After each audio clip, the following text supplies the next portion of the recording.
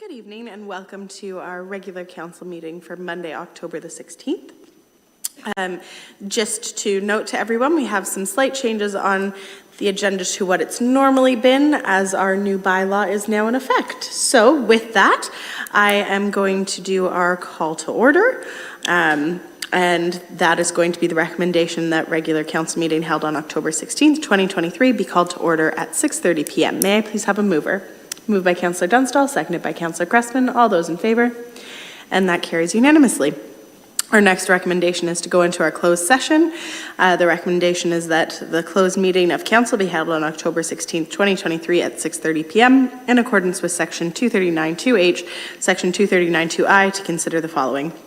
Confidential information supplied in confidence from the Province of Ontario, Section 239(2)H, information explicitly supplied in confidence to the municipality or local board by Canada, a province or territory or a crown agency of any item, and Section 239(2)I, a trade secret or scientific, technical, commercial, or financial or labor relations information supplied to in confidence by the municipality, to the municipality or local board, which, if disclosed, could reasonably be expected to prejudice significantly the competitive position or interfere significantly with the contractual or other negotiations of a person, group of persons, or organization. May I please have a mover?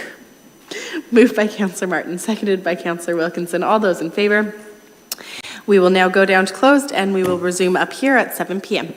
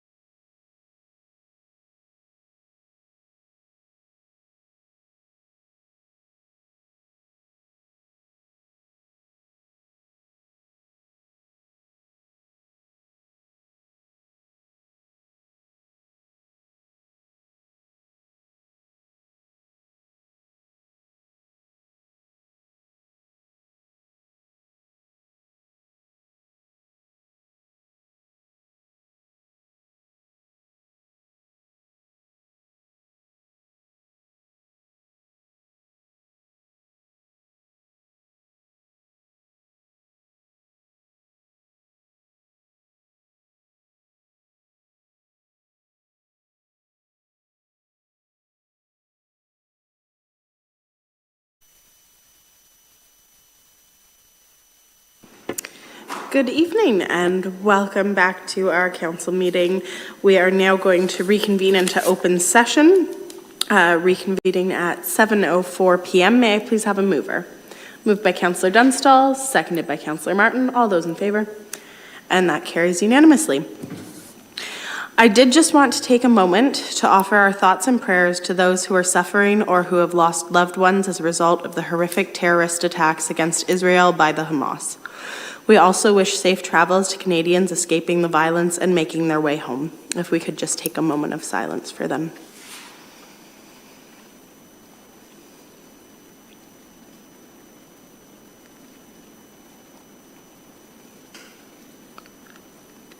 Thank you. And I will now pass it over to Councillor Sadhu for our territorial land acknowledgement. We have gathered in Wilmot Township on the traditional territory of the Neutral, Anishinaabe, Haudenosaunee, and Mississauga peoples. We also want to acknowledge the importance of the Dish with One Spoon Covenant, a peace agreement made between the Indigenous nations before the Europeans arrived. It characterizes our collective responsibility to each other and Mother Earth. We should take only what we need, leave enough for others, and keep the dish clean. By acknowledging this covenant and the First Nations, Métis, and Inuit peoples, we are reminded of our important connection to this land where we live, learn, and work together as a community. Thank you very much. We have no additions to our agenda, so the recommendation is that we adopt the agenda as presented for October 16th, 2023. May I have a mover? Moved by Councillor Martin, seconded by Councillor Cressman. All those in favor? And that carries unanimously. Do we have any disclosures of pecuniary interest under the Municipal Conflict of Interest Act? Okay, seeing none. The minutes from the previous meeting are to be adopted as presented for September 25th, 2023. To get this on the floor, may I have a mover? Moved by Councillor Martin, seconded by Councillor Sadhu. Anybody have any comments, questions, or concerns? Seeing none, all those in favor? And that carries unanimously. We have no public meetings, no presentations, no delegations, and no correspondence. So on to the consent agenda. And the recommendation is that consent agenda items 13.1 through to 13.3 be approved. Before we go ahead and do that, would anyone like to remove items? I see Councillor Cressman. Mayor, I would like to remove 13.1 and have some discussion on it, please. Absolutely. So we will first vote on 13.2 and 13.3, and then we will discuss 13.1. So for the consent agenda, may I please have a mover and seconder for 13.2 and 13.3? Councillor Dunstall, seconded by Councillor Sadhu. All those in favor? And those carry unanimously. And we will now go to 13.1. Councillor Cressman, if you wanted to start off with your comments. Through you, Mayor, I looked at this and I guess I'm looking for some explanation. When you send an RFP out and only one firm responds, I was anticipating to see who the candidates or who the other municipalities that were using it, using the service that was being offered, and trying to determine, is it the way the RFP was written that nobody else of our surrounding municipalities of similar size were using it? Do we have some unique challenges that have to be addressed? I'm not disputing the importance of it. I see the importance of it, but I need a little further explanation on why only one firm responded. I was worried a little bit when I saw some of the costs. Is it a bit of a Cadillac service? What's our long-term commitment in perpetuity? And are we locked into them forever and a day? So those are some of my kind of thinking that went through the top of my head, and so I need some assurance. And I wasn't sure who to direct the questions to. That would be Clerk Bunn. So through you, Mayor, excellent questions, and happy to answer all those for you. So I can start at the first question in terms of timeline and why potentially only one bidder. I can't speak to why some of the bidders didn't take the RFP. There was good uptake in taking the documents. However, the challenge here is we are up against a very tight deadline to get something implemented by the end of this year in order to receive grant funding through the modernization intake 3. So there is a contingency or a portion of the funds that is reliant on that grant.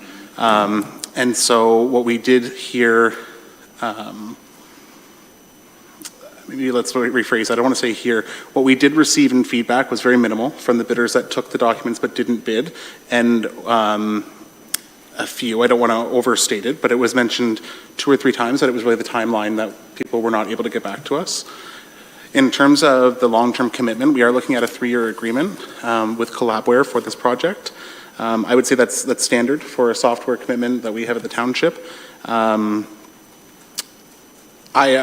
only one bid, I can't really answer the question if it's a Cadillac or not, but I can say I was pleasantly surprised that the bid met the needs of what the township is looking for, and just at a high level, and speaking with other municipalities and other references for this product, they also found it difficult to find a software provider who could give us what we were looking for, and particularly that is to leverage the existing technology that we have here at the township, being Office 365, and a lot of the vendors out there aren't at that stage. So this one is, from what I gather, a bit of ahead of the curve, and would be able to deliver for the township. We'll go back to Councillor Cressman for a follow-up, and then Yeah, I think that answers, I guess that was one of the questions I didn't ask, where are we ahead of other municipalities in our needs? And certainly I understood the time sensitivity of this if we're going to get our money, but the part that I'd like to hear is that we aren't going to be facing the annual cost that was part of this proposal on an ongoing basis. I thought maybe there is this piece of, between 15 and 16,000 or whatever is just forever and a day every year in perpetuity. So through the mayor, that's again, very good question, and I want to make it clear that it would be. So eventually, whatever product we end up with long-term at the township, there will be a cost to store that data. So whether you're using a server-based or a cloud-based product, doesn't really matter. It's really the pricing models focus on how much data you're putting into their system, and you're paying per terabyte. So if the township chose to go with a electronic records management vendor for perpetuity, we would be paying some sort of a fee to host that that data for us. So yes, there would be long-term costs. To make sure you're clear. one more follow-up. Through you, Mayor, and is the form that the data is stored in through this firm, does it make it unique in that we can't go to another service provider at some point in the future? In other words, sometimes you get software and you store data in software. I've seen it in farm accounting packages, and you lock yourself into one system forever and a day because the storage is such that it's unique.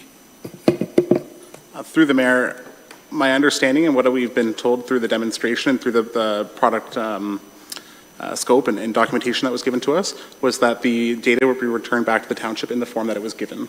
So whatever file format it is what we'd receive back. Very good. Councillor Martin. Through you, Mayor Sallin, I appreciate this report. I appreciate Councillor Cressman bringing it out of the consent agenda because I would have also wanted to, or I do want to talk about it as well. I'm just curious what the implications are of using a company on the other side of the country. I realize with things being digital, it doesn't really matter, and I'm currently involved in a company that works across the country, so I understand all of that. If there's a reason that we have to have some record that, or somebody coming to us, will there be travel costs because we're talking about British Columbia as opposed to Ontario? And I guess if I could add a second part to that question, what's the possibility of asking a local Ontario company if they would be willing to add? Does that break a rule in terms of the RFP if we went to somebody? Because in my mind, only one company bidding on it, and they're in British Columbia. I worry about some of that implication. Through the mayor, I'll answer your first question, maybe defer to our CFO for the second portion on the procurement end. On your first question being the distance between us and implementation. So my understanding is that the product will be installed digitally. It'll be all done through online means. The vendor has had a conversation with our IT supervisor and talked about a little bit more about the implementation itself and how that looks. And I believe it's all remote connections into the township, and there would be no need for anyone to travel in for that work. I'll add that the product, from what I gather and what's been explained to us, is largely turnkey, so we would be given access to it, and then we can start using essentially right away. Can I, before you turn it over to somebody else, through you, Mayor Sallin, I wonder, can I ask an additional part to that? What's the implication in terms of security?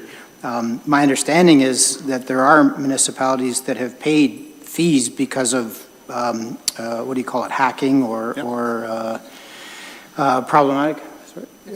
Well, and maybe my colleague would also like to ask about that, but I'm just, I don't know, I'm wondering, what about the security around that? And So through you, Mayor, I share your concern on the security end, particularly on the privacy and impact on personal information and that being shared through electronic means. I'll make a few points, and I don't want it to come off as I'm trying to sell this company to you, because it's not the means, but it's a bit of a sales pitch here in terms of what they have to offer. This company has met U.S. and Canadian digital standards that are incredibly difficult to meet in the records world for information security. One of the features that I think is incredibly beneficial to the township, and certainly from a protection of privacy standpoint, is that the data is encrypted when it gets sent. So only those on our end, the township end, can see the data that's been put into their system.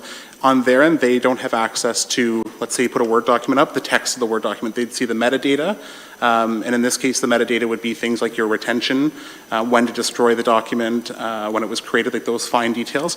But in terms of actually seeing information, they would not see it. Another key thing in the records world that we look at is making sure that we're storing our data in safe spaces that are protected by Canadian laws. And in this case, the vendor does use Canadian data sources, and your data is actually kept within Canada. They do operate out of the United States, and their U.S. clients have their data stored in U.S. data centers. So it's really dependent on the geographic location of the client themselves. So we're actually going to get the second part of Councillor Martin's question answered. Thank you very much, Dan. If I may, there was a couple of concerns with procurement. I heard, why was there only one bid, and what if we were to go to another bidder now? The township uses Bids and Tenders, which is an online listing site for public procurement. It's across Canada. It's one of two that are most used by municipalities and governments and NGOs across the country. The process works by vendors sign up onto that system as a member, and they tick off all the boxes of the products and categories that they might be interested in responding to should a call come in. So if you sell office supplies, you might tick off office supplies, paper, pens, stationery. An RFP comes in or a tender comes in for that, they immediately get an email to notify them of the availability of that. They can check it, they can download it, they can choose to respond or not. But there's a record of who drew it, who looked at it, and so we know that there was four companies that drew the documents, and one responded. Having gone through this process, we're fairly committed to doing that. We run some legal risks should we choose to cancel the RFP and reissue, but we also risk the grant money because we now stretch another 6 to 10 weeks. So from a procurement process, I believe that it's one of the best bids and tenders sites, one of the best processes that can be used in the government processing in this technological time. And so I'm concerned that we even think about canceling out at this time, loss of money and legal risk. So The second one was around the security of this system. Fundamentally, this system is it's a digital filing cabinet. Our Word documents are stored in that, our Excel documents are stored in that, our PDFs, our drawings, they're stored in their original formats. This system simply overlays that, keeps the metadata on it, and it can sort and find and cycle and manage all of these documents for us. So the original document is intact. And so should a change in vendor come, if these people disappear, all of our documents are still the same. They're not changed into some other proprietary format. I hope I've answered your questions. Thank you very much. Back to Clerk Bunn, and then we will go back to Council. Through you, Mayor, I just wanted to add one additional thing that I haven't mentioned, and it speaks on both something that Councillor Cressman and Martin have raised. You may have noticed the revised agenda, revised report had an updated recommendation, and what we've done there is we've added a clause that any agreement that we enter into is at the satisfaction of the township solicitor, and that was primarily, Councillor Martin, at your concern in terms of data security. So we've already had our township solicitor review the documentation that's been provided by the vendor and did a cursory review of what those security parameters are. They were satisfied by and large by what they're offering us. There's a few tweaks that need to be captured within an agreement to make sure the township's covered. That gave me a little bit of reassurance because, again, I do share wholeheartedly your concern. The other piece, too, that I want to make note of is along those same lines for Councillor Cressman, when you speak about the data being returned back to the township, if we do have to end our contract or our relationship with this vendor, if we end up going with them. And that is something that would also be captured as part of that agreement to make sure that the data is given back to us in the format that we require it so that we can move forward however we need to with either another vendor or on our own. Very good. Councillor Dunstall. Thank you, through you, Mayor. To piggyback off of my esteemed councillors here again, it's on the data breach, and I was just wondering, was there any information supplied by the vendor as to what their data breach history would be? I mean, we've seen multinational organizations get hit, so I'm just wondering if they provide any of that kind of information as part of their process of doing their submission. So through the Mayor, the vendor has not provided that data. What they have provided us was an audited document of all of their security parameters by BDO. We do have a copy of that. They also gave us the full outline of their security system, but not to speak to if they had a breach at any point. I'm not aware. Councillor Wilkinson. Thank you. Through the chair, to Clerk Bunn, fair to say that I think with existing systems knowing a little bit of what we have, we would essentially be running data parity with them, right? This is meant to be an external offsite backup as a stopgap so that we already have a Microsoft SharePoint system as well as do we have a local storage solution as well in case the interwebs blows up? So through you, Mayor, the way this system works, it's kind of close to what you're saying, but a little bit different. Essentially, Cloudware works as a product that takes all your information and puts it into what they call their data lake. So what we would be looking for to do here at the township is to link with SharePoint, and that will become the township's central repository for records. So if you're a staff person, the idea, if it all goes according to plan, you wouldn't really notice any difference. You'll add your files to SharePoint. You may have to add a date that the file was created, but on your end, you're done. That data is then taken into Cloudware's system where it's backed up itself there, so they have the backup. We don't have to worry about that on our end. And it's accessed in one big pool. So a good way of looking at it is like if we get an FOI, this is a neat kind of business process for us. For us to do an FOI, we reach out to our clients, and in this case, the township staff. They search their records. We might have to go into the archives and do a search. There may be a search with IT for emails. In this system, you can do one global search if you wanted to, depending on what your process is. So there's various features that way, but in terms of backup, it's all backed up in their system. If we do any backups here, it would be technically a redundancy on our end. Yeah. Thank you. And through the chair, I think that's exactly what I'm looking for, is that we have sort of multiple backups so that we have parity amongst them and have those redundancies built in. Does this offer us the opportunity to potentially digitize old records or paper records as well, given that, I mean, they're certainly at risk of potential destruction through catastrophic events?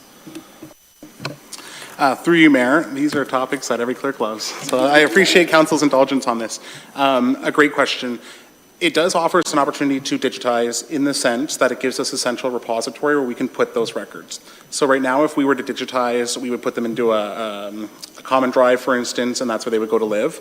The problem with common drives is you don't have the ability to really capture all that metadata that you'd want to capture for the life cycle of that record. So every record has a beginning, a period where it's held, and then a destruction, as long as it's not a permanent record. You don't really capture that as part of your, you put it in your C drive or D drive or whatever drive you've got. So it's giving us that feature. If the township wanted to move towards a full digitization, there's a lot more work that needs to be done at a staff level in terms of creating policy that meets the Evidence Act, for instance, and make sure that we're collecting proper information on the original document before it's destroyed. But essentially, yes, we would be moving our documents into a digital system. Time-wise, I also don't want to commit and tell council that's happening anytime soon, because we would certainly need the resources to be moving forward in that direction.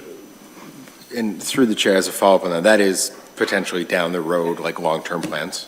That would be my plan. Excellent. Yeah. Okay. A final follow-up, if I could, through the chair. I know we're talking about making sure that we hit the timelines and the deadlines here for the implementation is to simply take advantage of a grant. And we know that there's mandated timelines in order to have this system up and running. Is there, based on your research, potentially better software or cheaper software from other vendors if we were to forgo this just simply to get a grant?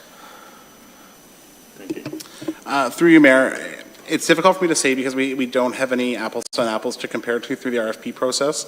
In my experience, there's they can get the Cadillac of record system, which has high fees and offers a lot more functionality.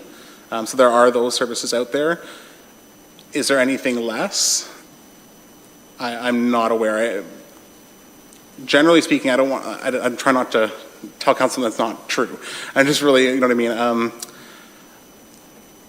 mean? They can get quite expensive. That's my experience with record systems and talking to other staff and other people. It's usually the cost of the data storage that's your high cost. But I don't want to mislead anybody thinking that there's something cheaper or there's something more expensive. All right, councillors, any final questions or comments before we call this to a vote? Okay, seeing none, I will need a mover, please. Moved by Councillor Wilkinson, seconded by Councillor Cressman. All those in favor? And that carries unanimously. On to our reports, which if you're following along on the agenda is 14.1. And this is information on additional locations of an off-leash dog park in Baden. We will first get the recommendation on the floor, and that is that report CS-2023-23, information on additional locations of an off-leash dog park in Baden, be received for information. May I please have a mover? Moved by Councillor Martin, seconded by Councillor Dunstall. And I will now invite our Director of Community Services, Chris Catania, to introduce the report. Thank you, Mayor Solomon. This report is to investigate additional locations aside from Sir Adam Beck Park for a potential off-leash dog park in Baden. 4 additional locations were identified: Baden Core at Livingston and Snyders, Baden Gateway at Foundry and Gingrich, Baden Administration Space behind Castle Kilbride on the West Lawn, and Baden Hills Regional Forest on Sandhills Road. Each of the properties will have advantages and certain drawbacks. Scope was set using the same area as Scott Park for an approximate capital outlay of $100,000. Site dependent for parking, if required, would cost an additional $50,000. To note that the Community Services Master Plan and Trails Master Plan will be updated in 2024. If council chooses to proceed further with a Baden off-leash dog park for 2024, staff can provide a placeholder in the 2024 capital budget for provisions of this type of facility until validated through the Community Services Master Plan update. Happy to answer any questions. Thank you very much. Any questions or comments right now, councillors? Councillor Sadhu. To Director Kenya, thank you very much for this report. It's very thorough. I didn't know there was so many spots in Baden to pick from, but My question for the Baden Core consideration, how often, as far as the flooding possibility, I haven't seen much flooding there, but was this how much of a concern was this? And then I see the $50,000 for parking. How many spots, what kind of size are we anticipating? And is this just for this location or for other locations too?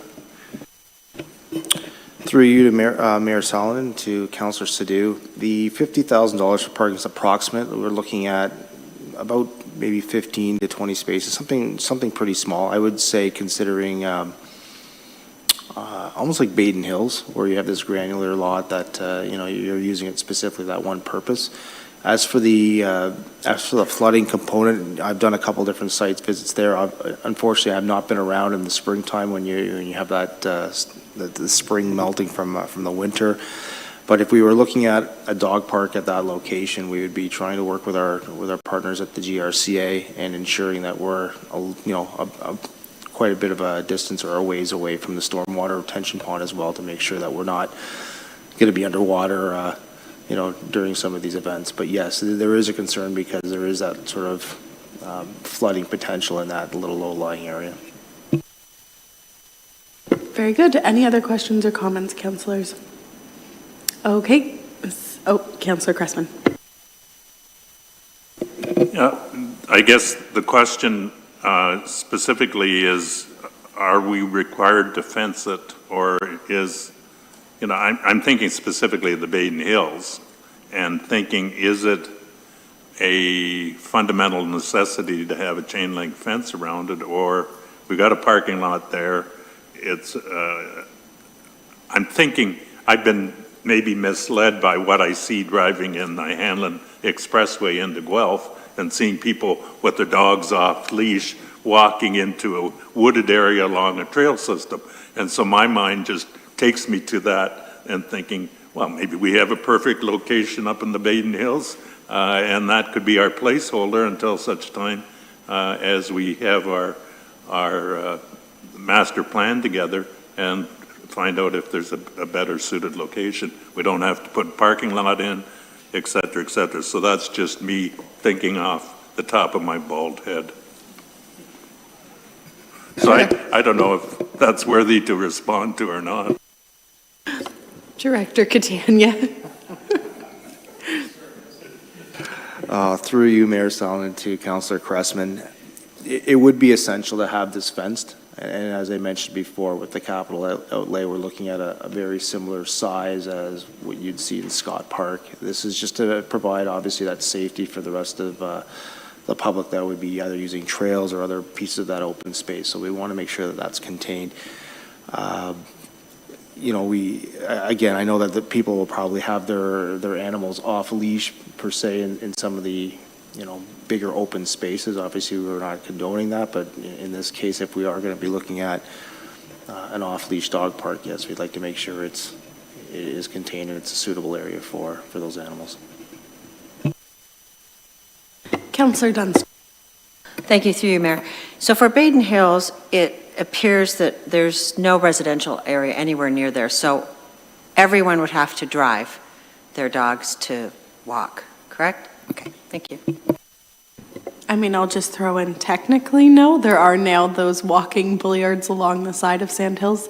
I do actually walk my dogs to the Baden Hills sometimes, so there are people, if you want to go on a longer journey, that could walk, but yes, in essence, residential, it wouldn't be right next door to your home. Councillor Sadhu.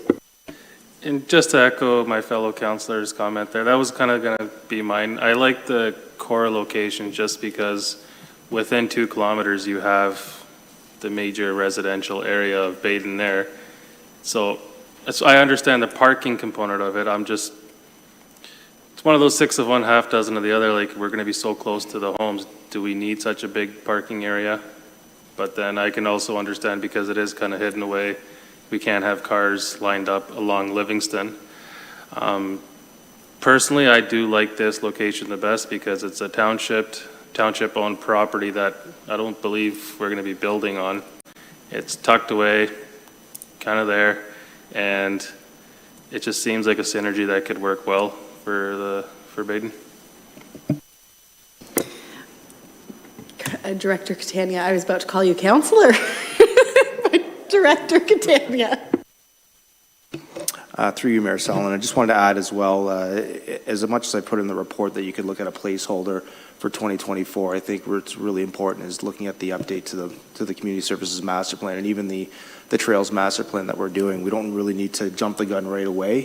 If we can get some kind of data, with our consultant group and as well with the public, we can definitely flesh this out further with the public, the appropriate location, and not suggesting that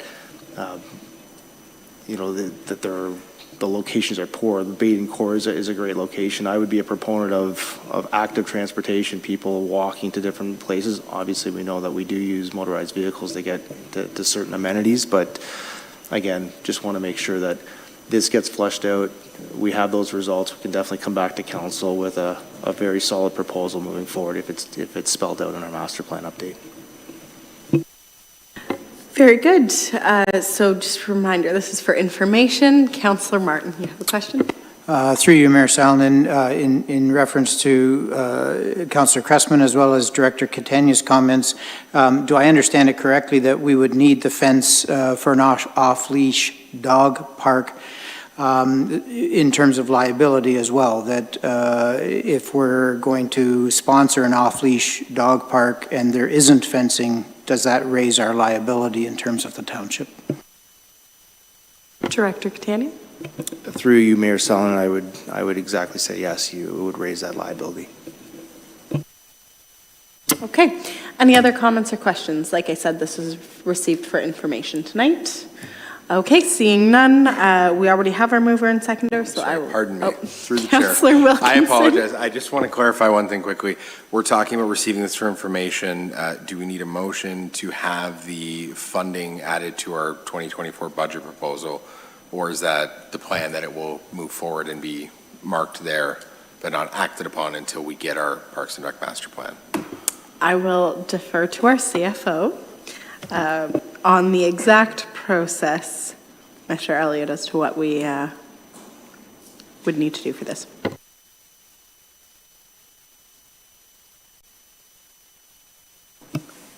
It depends on whether we receive specific direction here tonight, whether it's to be included in the budget or factored in as a optional service increase for 2024, or whether you wish to defer until after the master plan. We could keep a budget provision in and present that during budget, whether it survives or not, that's up to this table. But probably deferring until your master plan is knowing that that's in the works may be the right thing. There's no construction until the spring at this point anyway. So would I get consensus of council to have a placeholder come forward in our budget that we can then deliberate further, but it be presented at that time? Yes? Okay, I'm seeing general consensus and nods. Yeah, I would raise Councillor that we put it as a placeholder and then see if it survives the budget process and review. You raised that, I'll second it. Then. Okay, so then I guess we will make it a amendment to our motion. So the amendment is that staff bring this back in capacity of budget, at which point we can see how we choose to proceed with the greater budgetary context. So all of those in favor of this amendment? And that carries unanimously. So now we will vote on the main motion, which is the recommendation to receive this for information as amended. All those in favor? And that carries unanimously. Thank you very much. On to 14.2, which is Proud Services and Animal Control Agreement with the Humane Society of Kitchener-Waterloo and Stratford-Perth. The recommendation is that the mayor and the clerk be authorized to execute a single source agreement with the Humane Society of Kitchener-Waterloo and Stratford-Perth for the provision of pound services and animal control for the Township of Wilmot, and further, that the term of the agreement be from January 1st, 2024 to December 31st, 2028. To get this on the floor, may I please have a mover? Moved by Councillor Dunstall, seconded by Councillor Cressman. And I will now call on our Interim Director of Corporate Services and Municipal Clerk, Jeff Bunn, to introduce the report. Thank you, Mayor. I can keep this one relatively quick. Essentially, we're looking to renew the agreement that's being held with the Humane Society. From a township staff perspective, the agreement has been working quite well. Included in the report, I have included a bit of a leaflet that outlines value-added services that we're seeing from the Humane Society in terms of animal welfare services.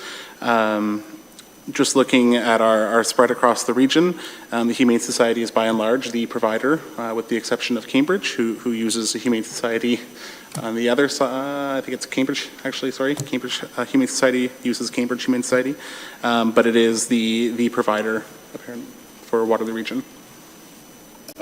Very good. Any questions or comments? Councillor Martin. Through you, Mayor Salonen, and thank you, Interim Director Bunn. I think this is a good proposal. I think that using the Humane Society is very good. What I'm curious about is where is the advertisement? If people need the services of the Humane Society, where do they find out? I know over the years I've called the veterinary clinic. I've even dropped a dog off at the veterinary clinic asking them to be the Humane Society, so to speak. But I don't know, maybe it was my ineptitude in terms of reading the advertisements, but how do you find that out? Through the mayor, a few ways, in my understanding from speaking with bylaw staff, this happens.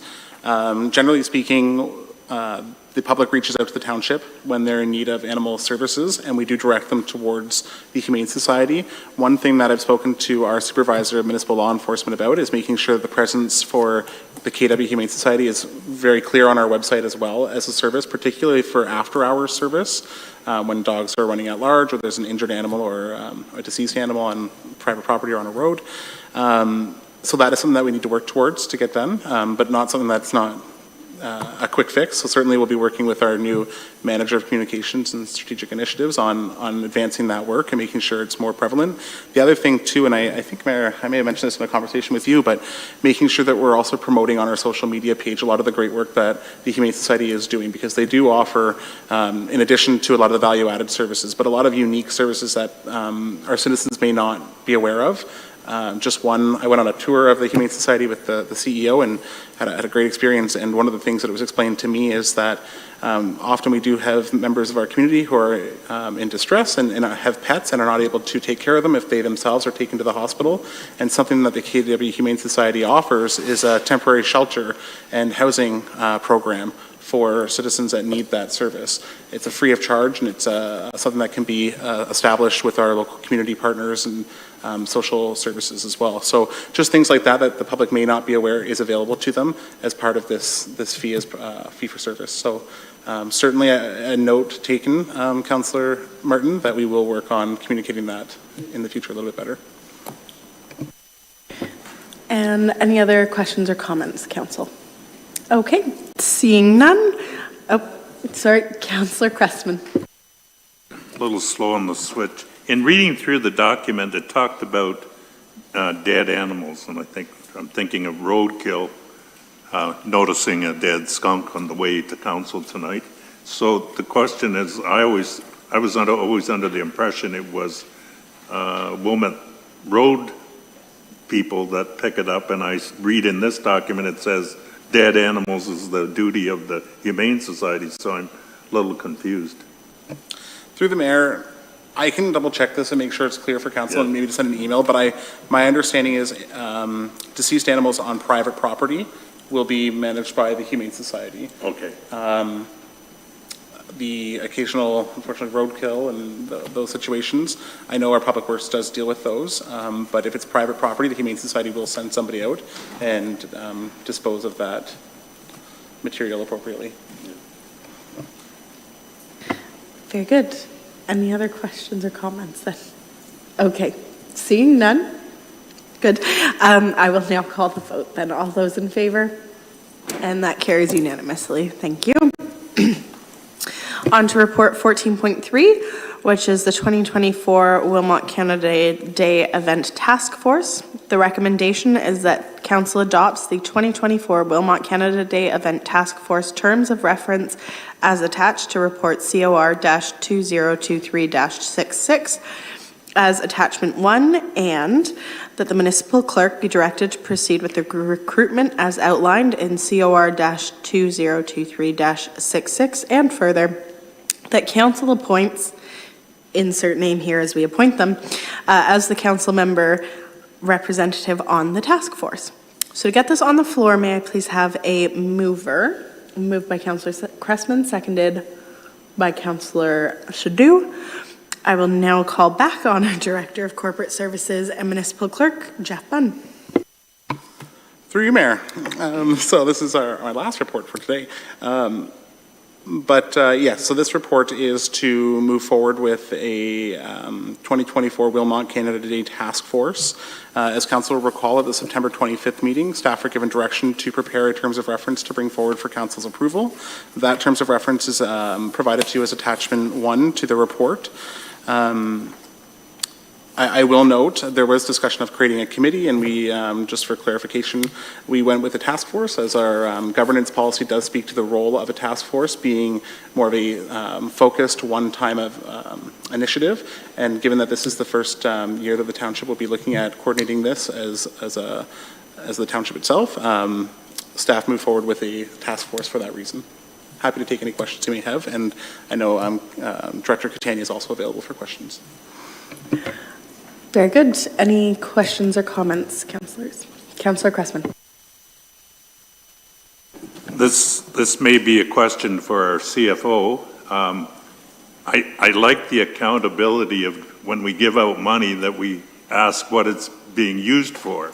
I guess the question is, what's the threshold that is enacted in the other grants? That might be a little off stream, but it's certainly what I was thinking about when we discussed the 25,000 at the previous council meeting, and I was pleased to see it in here.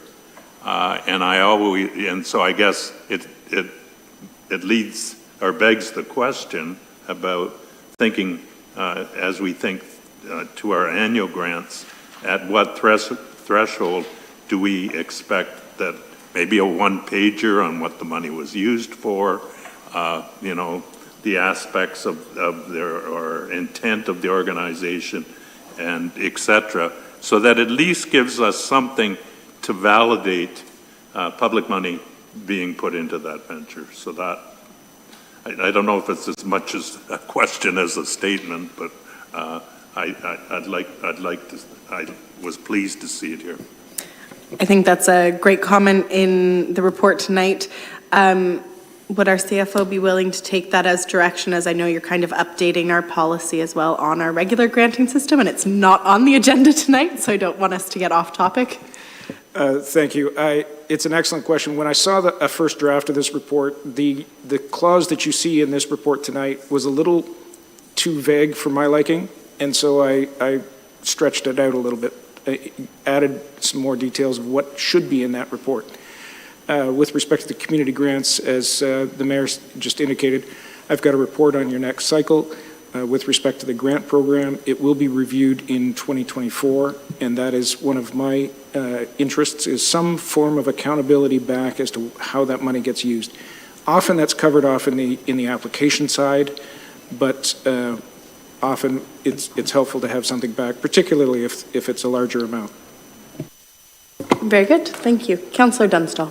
Thank you, through you, Mayor. I wanted to commend Clerk Bunn for putting together the terms of reference. Thank you very much. And again, as everyone here has mentioned, I was very pleased to see that that there will be a report on the donations, the revenues, the expenditures, the successes. It seems pretty comprehensive, so I'd like to see that transparency, and I think you did a great job on this, so thank you. Councillor Cressman. Yes, given Councillor Dunstall's personal interest in this and to see it through to a successful completion, I would make the motion that she would be appointed as our council rep on this committee. You're jumping ahead of me on my script here, but thank you very much for the nomination. Before we get into further nominations or confirmation of nomination, are there any other questions on the report? Councillor Wilkinson. Thank you. Through the chair, not necessarily any questions, just I think in general a comment. I'm pleased to see this moving forward. I certainly appreciate the work of the previous organizing committee, but in looking at some of the events that have happened within our region, I look forward to seeing the township putting some sponsorship into this and helping organize an event that will certainly be for everyone that lives here as well as everyone in Canada. But I'm curious as well, is there any way that we could potentially amend it? I think one of the key factors in what was driving this was to make sure that this remains a free event and an accessible event for everyone. Is there anything that we may be able to do to ensure that that takes place? I'm going to defer to our clerk on process, just because this is terms of reference. I don't know if this is the appropriate time to put that in. Through you, Mayor, I would agree. Generally speaking, your terms of reference should focus on the committee structure itself and the governance. Those sort of parameters, I would say, can come as staff direction, or I don't want to speak for Councillor Catania or assume there's going to be any further reports, but if there is, but I'll do it anyways. No. If there are any future reports on the event itself, that may be covered off, but at this point, Director Catania, if you were looking for direction, I would say it would be appropriate for Council to give that in that sense. I'll go to Director Catania just to confirm, but I'm really sorry I planted that seed in everyone's head. Through you, Mayor Solomon. Just having trouble here with the I'm the administration, not the political side here. No, I would like council direction on that piece as well, because at least this way, as we continue to move forward with our department, we want to make sure that we're taking direction from council and planning an event appropriately as was indicated. Just so that I'm not interrupting your process and how you and your staff want to receive direction, would you prefer a motion, or will you just take verbal direction from council? Totally up to you. It's just perfect. Yeah, through you, Mayor Solomon, we could just no motions required, just direction. I have it right now. So is there unanimous consent to give direction that this event remain free? Yes. Yes. I'm not seeing any. Yes. No? Yep. Okay. Very good. So please see that as your direction. Director Catania. Councillor Dunstall, if you had a question. No, I was just going to say that I know that at the meeting, and I may have mentioned this before, it is critical to try to keep this at no cost. So some of the service clubs had agreed that they would assist with the costs if it went over the 25 with the funds that they get. So and that was pretty well unanimous from everyone at the table. So I don't foresee that as being an issue. Very good. Thank you. So we will now get back to the nominating process that Councillor Cressman kicked off. So Councillor Dunstall has been nominated. Does anybody else have any other nominations, whether self-nominations or somebody else? Seeing none, if we could just vote to confirm, but I'm not seeing anyone saying no. All those in favor of Councillor Dunstall? Very good. That's unanimous. So with that, we will now vote on the recommendation, and that noting that it's council appoints Councillor Dunstall as our member representative on the task force. So all of those in favor. And that carries unanimously. On to report 14.4, and the recommendation is that report CS-2023-22, award of the contract RFP 2023-13 Community Services Master Plan Update and Service Delivery Review be received for information, and further, that Council approves the award of contract for the consulting services to McQueen Galloway Associates in the amount of $77,600, excluding taxes, based on the results of the request for proposal, RFP 2023-13, and budget presented in this report. To get this on the floor, may I please have a mover? Moved by Councillor Dunstall, seconded by Councillor Cressman. And I will now call on Director Catania to introduce the report, please. Thank you, Mayor Solomon. This report is to seek council approval in the award of RFP 2023-13 Community Services Master Plan Update and Service Delivery Review. This Master Plan Update and Service Delivery Review will provide efficient planning out to 2034 for the delivery of community services and to maintain a high quality life for the township. This project is expected to progress from November 2023 with the beginning of the literature review and data analysis phase through to extensive consultation and then finalizing with a complete community services master plan, service delivery review, and council presentation in the summer of 2024.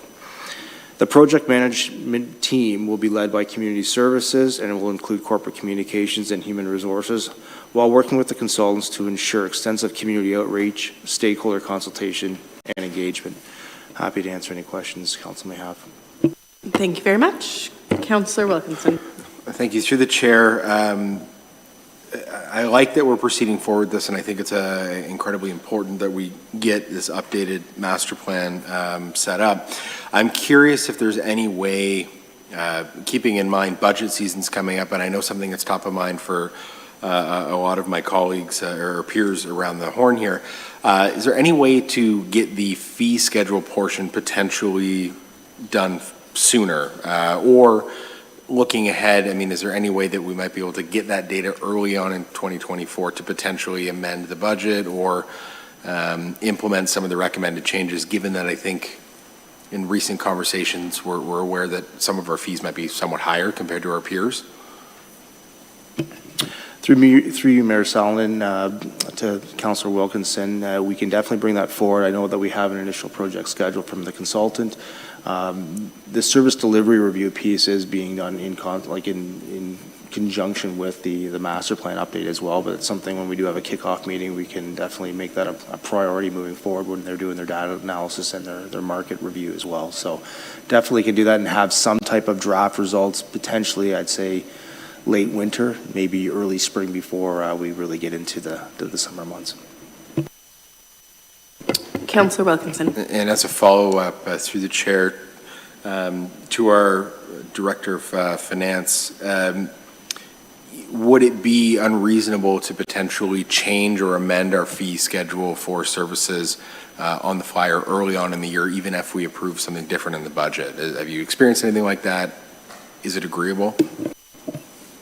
Certainly, through you, Madam Mayor, the fees and charges bylaw can be amended at any point in time. It's normally done once a year, but it's not unusual to amend it mid-year, particularly on the recreation side of things when programs begin in September. For example, hockey is September. It's too late to amend them for the 2023-24 season now. And so the fees and charges bylaw can be opened at any point in time, and I would, as the CFO, would support that at any point. When a member of my team are interested in increasing their revenues, non-tax revenues, I'm all for it. Very good. Any other questions or comments, councillors? Okay, seeing none, I will now call the vote. All those in favor? That carries unanimously. On to 14.5, and this is status of audit services contract. The recommendation is that report COR-2023-64 be received for information. To get this on the floor, may I have a mover? Moved by Councillor Cressman, seconded by Councillor Wilkinson, and I will turn it back to our interim treasurer and CFO, Dan Elliott, to introduce the report, please. Thank you, Madam Mayor. Members of Council, this report is just to draw to your attention the status of the services contract that we have with the audit. It's a little awkward for me to walk into this, as you can perhaps sense in my writing. The auditors work for this council, they report to council, they do not report to the CFO. And I feel personally very strongly that this contract ought to be managed by council from the outset. It should not be administratively extended without council's consultation. So, I present to you a couple of options. We have currently got it administratively extended for a period of time. I could attempt to break that. I don't think that would be terribly difficult, maybe awkward, but it might not be too difficult. Alternatively, we could just rest, do nothing, wait until they report here in 2024, perhaps May or June, and then this council can raise some questions or ask me at that point to seek termination if that's what your wish, or we can just let it ride out the existing term, following which we would do an RFP and have council make the decision as to who they wish to have as their auditor. Thank you. I'd just like to clarify, so are you looking for direction from council tonight? I know we're receiving your report for information, but would you like to walk away with direction on what we want you to do? Madam Mayor, the report stands as is. It can simply be received. Optionally, council could provide direction, as outlined. Okay, thank you very much. So that's, wow, okay. I will start with Councillor Dunstall, please. Thank you, through you, Mayor. I believe that there was some kind of issue with documentation, and so there is no cancellation policy that we have that states any kind of penalty for canceling because there is no document. It was lost in some kind of fire or something. Is that correct? There was not lost to fire. I presume that it was destroyed in our records management system because it was from 2010. So it doesn't surprise me that there is no record of that. I had them search. I had the IT folks even search through our databases and see if they could find it. So there's no such record of that. I did not reach out to the auditor to ask them for a copy of it because that would be a little awkward at this point. But if we were to begin a process to try to terminate between now and then, that would be my first question is, what does the contract currently say? Because unfortunately, as a new guy, I haven't got a copy, I can't find one. Okay, great. So that's the honest answer. We could not find it. We turned the building upside down, couldn't Okay, find so there very well could be one out there. Absolutely. Okay, perfect. Thank you. Councillor Wilkinson. Yes, through the chair. You've made mention here that they've already got potentially the audit staff lined up and scheduled, and I mean, we're looking, the audit for the fiscal year probably wouldn't even begin until April, I would assume. Is it reasonable to assume that you could line up potentially an audit from a Big Four firm within a reasonable timeline and have them meet that for the existing cycle? Unfortunately, through you, Madam Mayor, unfortunately not. Normally, I used to be an auditor, did this all the time. You do an interim audit in the fall, get a bunch of the work out of the way because you've got all kinds of clients anxious for timely reports in the spring. So you do an interim audit in the fall, and then you do your full audit or the balance of the audit in April, May, and have to report right away. So as I said in my report, at this point, we're out of time. They've already committed their resources to this fall's audit. It's scheduled for November. We haven't got time to, with all of the other things on our plate, we haven't got time to, I hate saying that, but we don't have the time to prepare, issue, wait, evaluate, interview, and recommend, and then put in place an audit that would meet anybody's reasonable timing at this point. So I'd rather just go through 2024. Some of the concerns that I've heard, third-party stories of concerns about this relationship, I think in part are dispelled because of the change in staffing. And so I'm prepared to go through with the current audit. I have not seen any grave concern that would wave flags to me other than the nature of the administrative extensions on this contract. Councillor Cressman.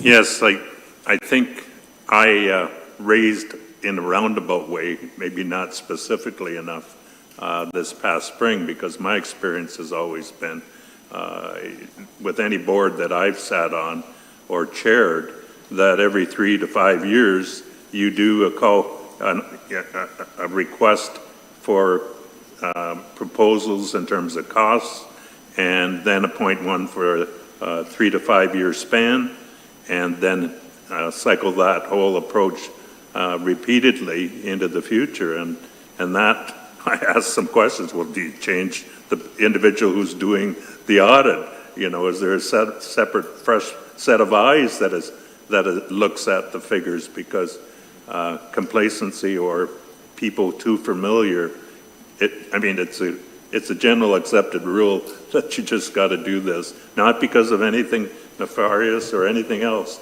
but it's just good business practice.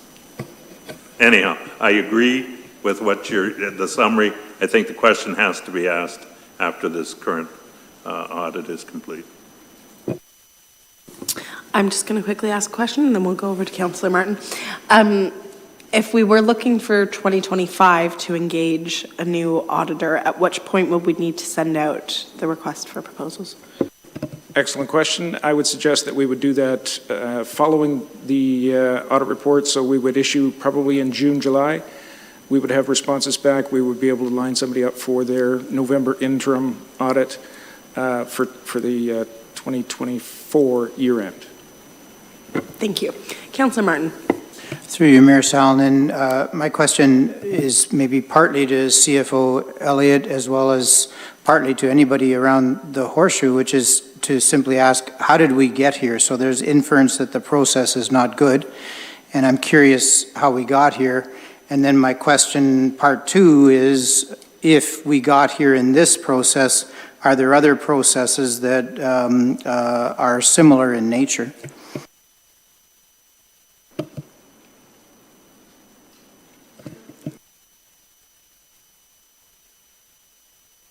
Well, through you, Mayor.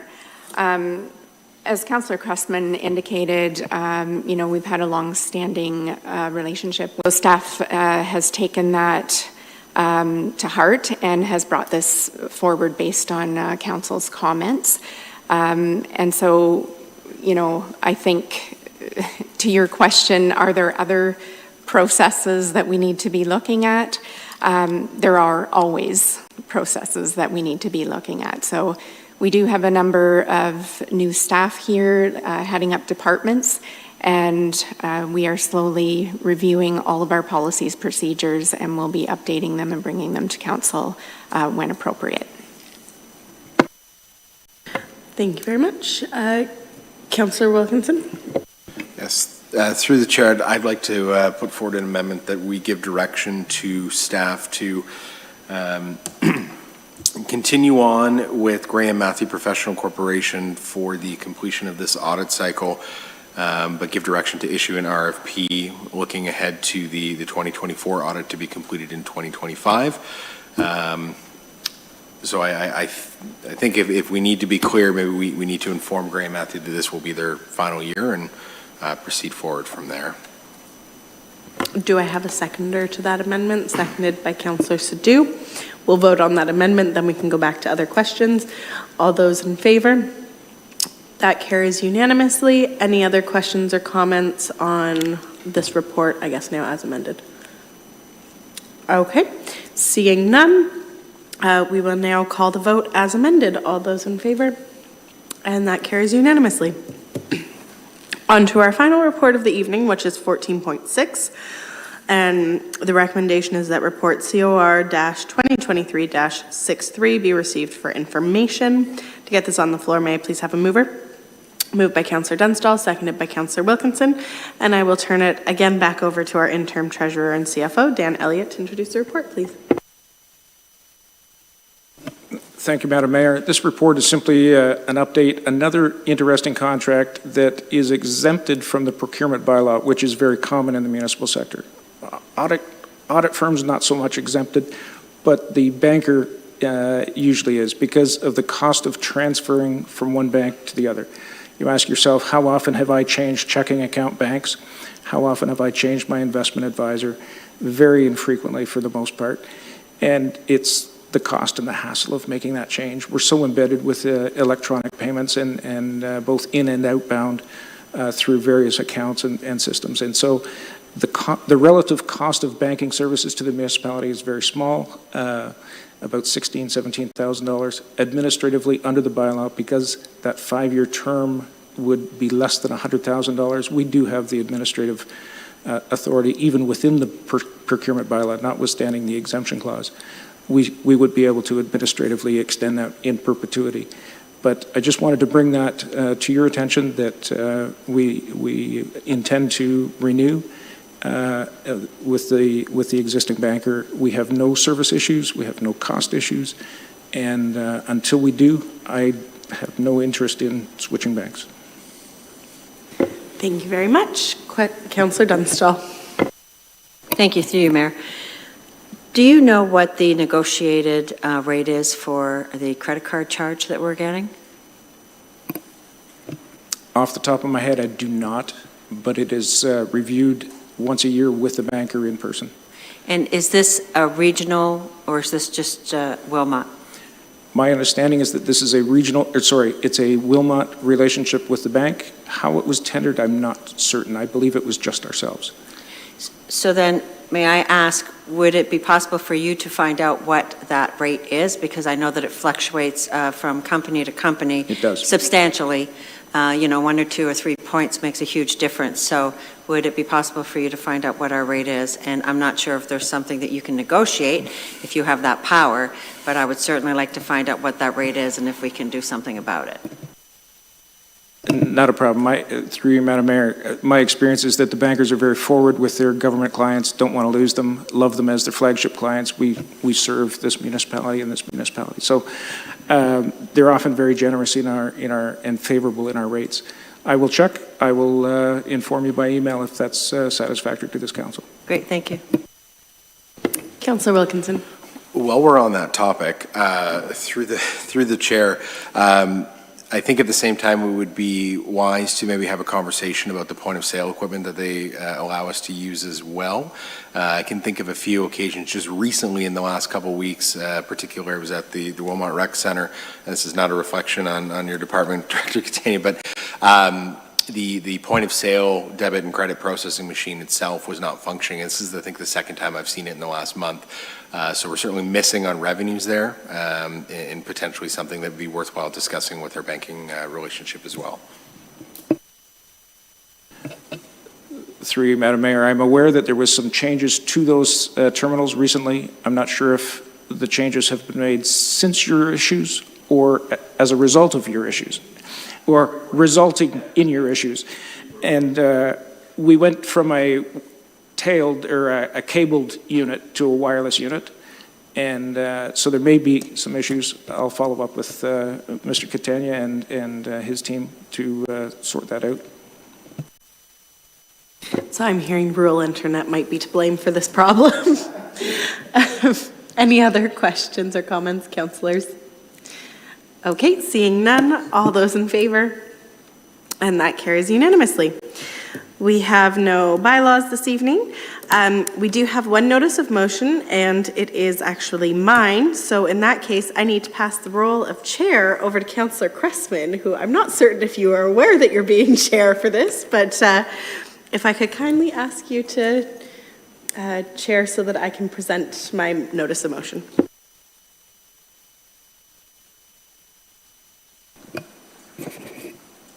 So I would ask the CFO to duly note my pay stub that I'm taking this role on. So noted. I call on the Deputy Clerk. This is 16.1, Bill 21, Fixing Long-Term Care Amendment Act, Till Death Do Us Part Act 2022. So this is a private member's bill that came before the provincial legislature. I will call on the Deputy Clerk to first display, am I supposed to read the red part too? To display Mayor Solomon's notice of motion, recommending Bill 21, Fixing Long-Term Care Amendment Act, Till Death Do Us Part. I will now read this notice of motion. Whereas Private Members Bill 21, Fixing Long-Term Care Amendment Act, Till Death Do Us Part, 2022, received first and second reading by the Legislative Assembly of Ontario and was referred to the Standing Committee on Social Policy on November 15, 2022. And whereas the bill amends the Residents' Bill of Rights set out in Section 3 of the Fixing Long-Term Care Act 2021 by adding the right of residents not to be separated from their spouse upon admission, but to have accommodation made available for both spouses that they may continue to live together. Be it therefore resolved that the Council of the Township of Wilmot support Bill 21, Fixing Long-Term Care Amendment Act, Till Death Do Us Part 2022, and further that the Council of the Township of Wilmot encourage the Government of Ontario to schedule consideration of Bill 21 by the Standing Committee on Social Policy, and further encourages all members of the Legislative Assembly of Ontario to support Bill 21 to keep spouses together when entering long-term care facilities. And further, that this resolution be circulated to the Honourable Doug Ford, Premier of Ontario, the Member for Waterloo, Catherine Fife, the Parliamentary Assistant to the Minister of Public and Business Service Deliveries, Chair of Standing Committee on Social Policy, Member for Cambridge, Brian Riddle, the Parliamentary Assistant to the Minister of Legislative Affairs and Member for Kitchener-Conestoga, Mike Harris, and the Association of Municipalities of Ontario. May I have a seconder to Mayor Solomon's motion? Councillor Dunstall. And may I speak to my motion? You may speak, and then I will speak. Very good. Thank you very much, Chair Cressman. I just wanted to give some context as to why I brought this motion forward.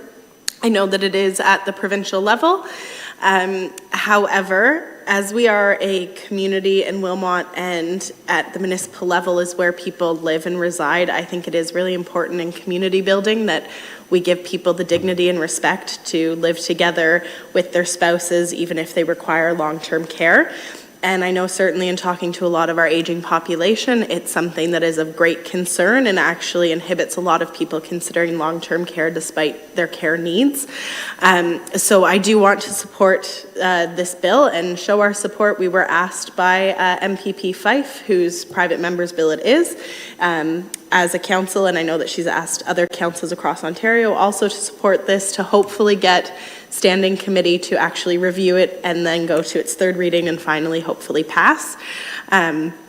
Like I said, this is directly impacting our residents, and I mean, frankly, I even think about in the future if I do decide to marry someone and we get to the point of growing old together, that we would have the dignity and respect to be together in our final years as well.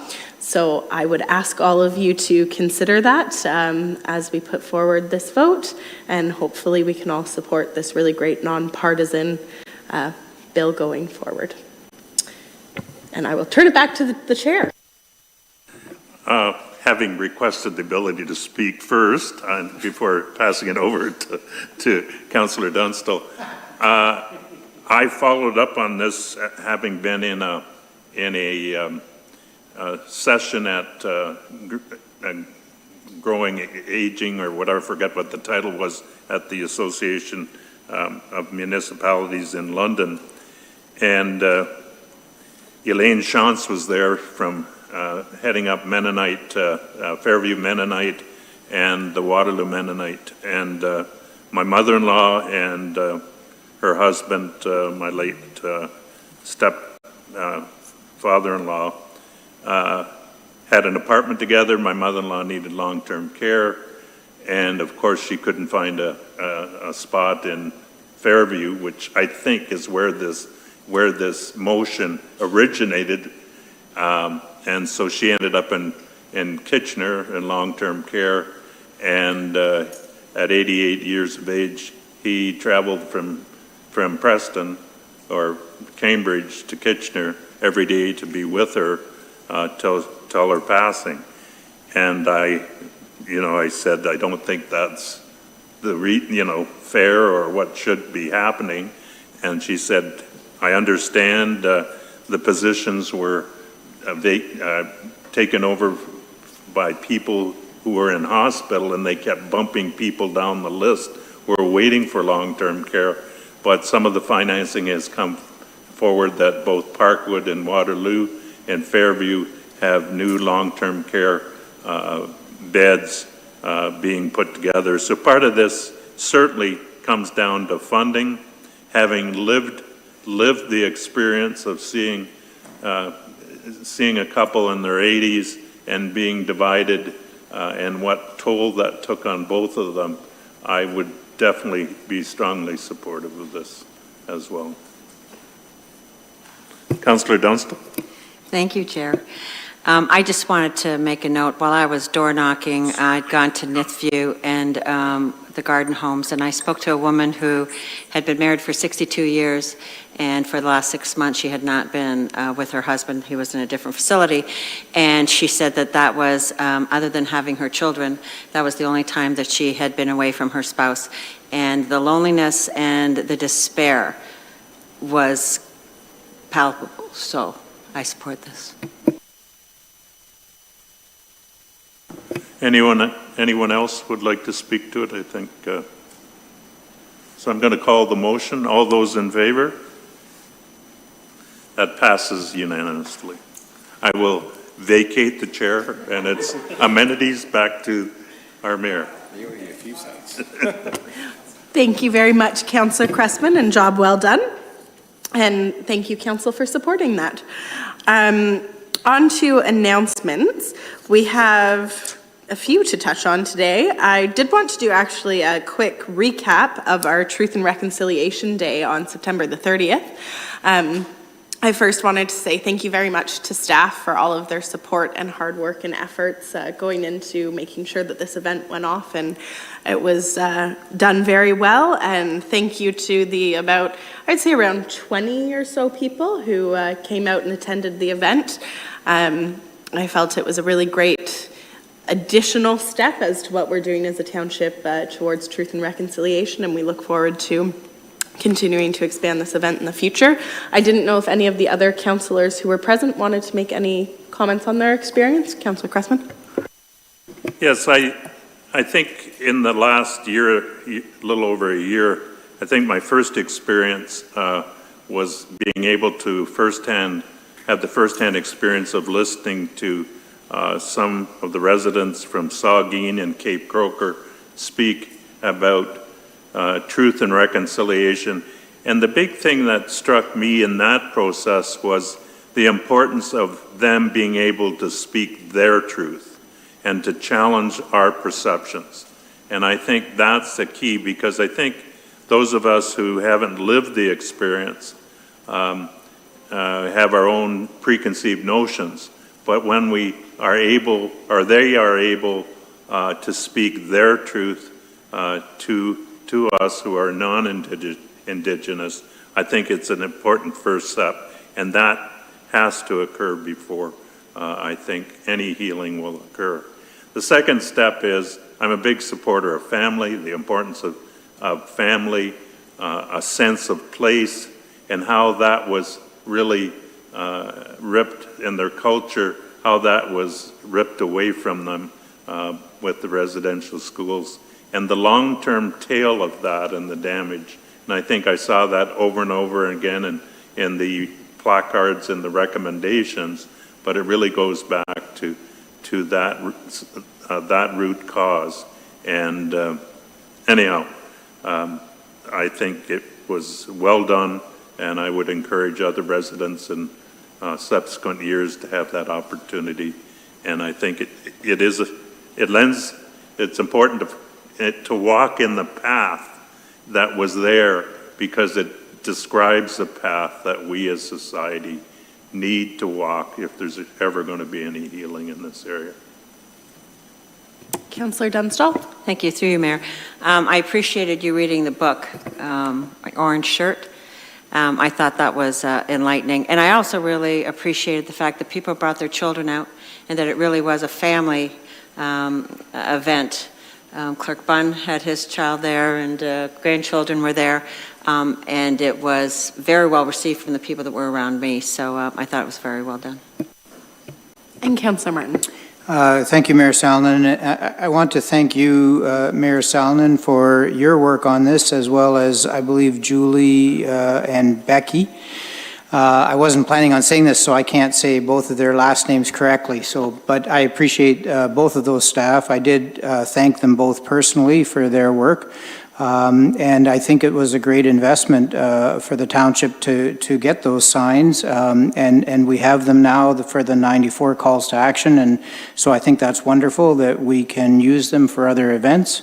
And I think your comment, Councillor Cressman, about children is apropos, as is Councillor Dunstill's, because I had my granddaughter there, and the thought of her being ripped away from me or my family and possibly never seeing her again, I mean, that's an awful truth. And so I think, yeah, the experience was very important. Thank you. Moving on to other announcements, Fire Prevention Week was recognized this past week with the theme of cooking safety. And I just wanted to say a thank you to the Wilmot Fire Department that hosted a free event at the New Hamburg Community Centre on Saturday with food, entertainment, and education about fire prevention and emergency preparedness. And thank you to all of those that also attended.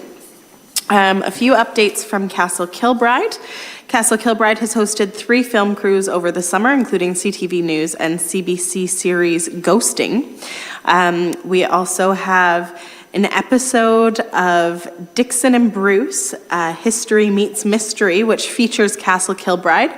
And we will be doing a local premiere on November the 16th at 7 p.m. at the St. Agatha Community Centre.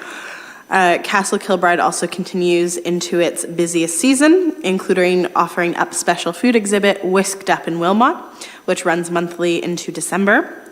And Whisked Up themes include cider mills, cheese please, and Victorian Christmas. So visit wilmot.ca/Castle Kilbride to check that out. October is also Breast Cancer Awareness Month, and championing the world-leading outcomes in breast cancer prevention, early detection, treatment, and support is achievable when we work together with people who are united by the same goal. So we hope that you will consider wearing pink every Wednesday in support of October Breast Cancer Awareness Month, and you can visit cancer.ca for more information. And on my end, I only have one more announcement, and that is the poppy flag raising. So as Remembrance Day approaches on November 11th, we think of those who have served or are serving on behalf of Canada. On October 27th at 10 a.m., the Royal Canadian Legion, New Hamburg Branch 532, will join the township in raising the poppy flag at the Wilmot Municipal Centre. So also starting on October 27th, 91 poppy boxes will be placed across Wilmot, and we please ask that you donate and wear your poppy. And I'd also like to highlight that the veterans banners that our Legion, and specifically Marie Voisin, have dedicated a lot of heart and time into, they have returned, and this year with over 200 banners. And they were recently reinstalled on light posts throughout downtown New Hamburg. So for sure, as you're going around town, check those out. I will now pass it over to any councillors if they have any announcements. Okay, I will not pass it over to anyone, seeing no further announcements. Business arising from the closed session is that council received the verbal report regarding confidential information supplies in confidence from the province of Ontario, section 239(2)H. Information explicitly supplied in confidence to the municipality or local board by Canada, a province or territory, or a crown agency of any item. In section 239(2)I, a trade secret or scientific, technical, commercial, or financial or labor relations information supplied in confidence to the municipality or local board, which, if disclosed, could reasonably be expected to prejudice significantly the competitive position or interfere significantly with the contractual or other negotiations of a person, group of persons, or organization. That was far better the second time around tonight. Do we need to have that move? May I please have a mover? Moved by Councillor Dunstall, seconded by Councillor Cressman. All those in favor? That carries unanimously. Lastly, we have our confirmatory bylaw, and the bylaw as attached to this agenda be read for a first, second, and third time, and finally passed in open council. May I have a mover? Moved by Councillor Cressman, seconded by Councillor Sadhu. All those in favor? That carries unanimously. Lastly, adjournment. May I please have a mover to adjourn? Moved by Councillor Martin, seconded by Councillor Cressman. All those in favor? Thank you very much, and have a great night.